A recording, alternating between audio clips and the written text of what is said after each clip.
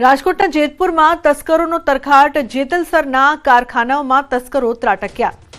અંદાજે 8 કારખાનાઓમાં તસ્કરો ત્રાટક્યા છે। તસ્કરોએ કારખાનાઓમાંથી રોકડ રકમ તેમજ અન્ય સામગ્રીની ચોરી કરી હોવાની માહિતી। પાર્ક કરેલી એક બાઇક પણ તસ્કરો ઉઠાવી ગયા।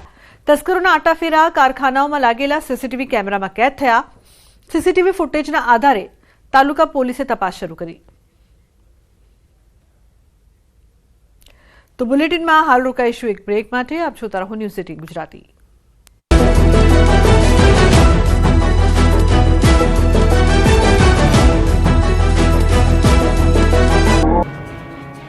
બગદાણાના કોળી યુવાન નવનીત પર થયેલા હુમલાને લઈને એસઆઈટી દ્વારા તપાસનો ધમધમાટ શરૂ થઈ ગયો છે। ત્યારે આખરે પોલીસે મહાભાઈ આહિરના પુત્ર જયરાજ આહિરની ધરપકડ કરી છે। એસઆઈટીએ 3 દિવસમાં ફરી તીડું આવ્યું હતું।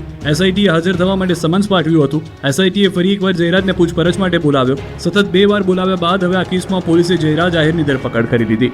પોલીસને નવનીત પર હુમલાના તાર મળતા જયરાજને પોલીસે પકડી લીધો। પોલીસના કહેવા મુજબ તેમના જયરાજના મોબાઈલના પુરાવા પણ મળ્યા છે।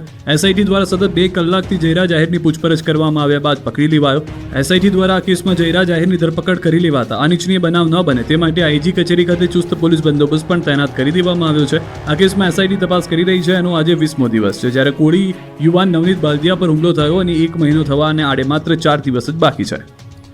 એસઆઈટીએ સાથે તમામ પુરાવાની ચકાસણી કરી હતી અને ચકાસણીના અંતે કેટલીક બાબતો સ્પષ્ટ કરવા માટે જયરાજ આહિરને ફરીથી અત્યારે સમન્સ પાઠવવામાં આવ્યું છે અને સમન્સના આધારે તેમની પૂછપરછ બાદ તમામ એસઆઈટીની ટીમને ચોક્કસપણે લાગ્યું છે કે આમાં પ્રાથમિક પુરાવા પૂરતા છે કે જેમાંથી જયરાજ આહિરની ધરપકડ કરી શકે। એટલે આજરોજ એમની ધરપકડ કરવામાં આવી છે। કેવા પ્રકારના પુરાવા જયરાજ આહિર વિરુદ્ધ મળ્યા છે જેને લઈને ધરપકડ કરાઈ છે?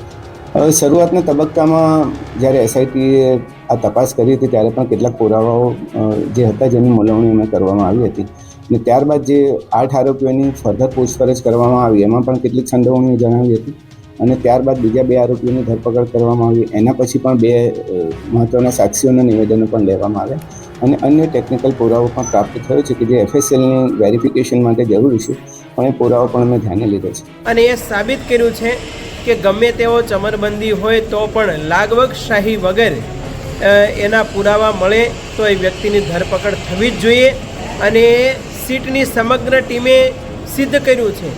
અને આ કામમાં જે કોળી સમાજના યુવા વર્ગ અને સમાજના આગેવાનોએ પણ ખૂબ નવનીતભાઈને મદદ કરવા એને આશ્વાસન આપવા માટે પ્રયાસ કર્યો હતો અને આજે સીટે એ બાબતમાં પુરવાર કર્યું છે।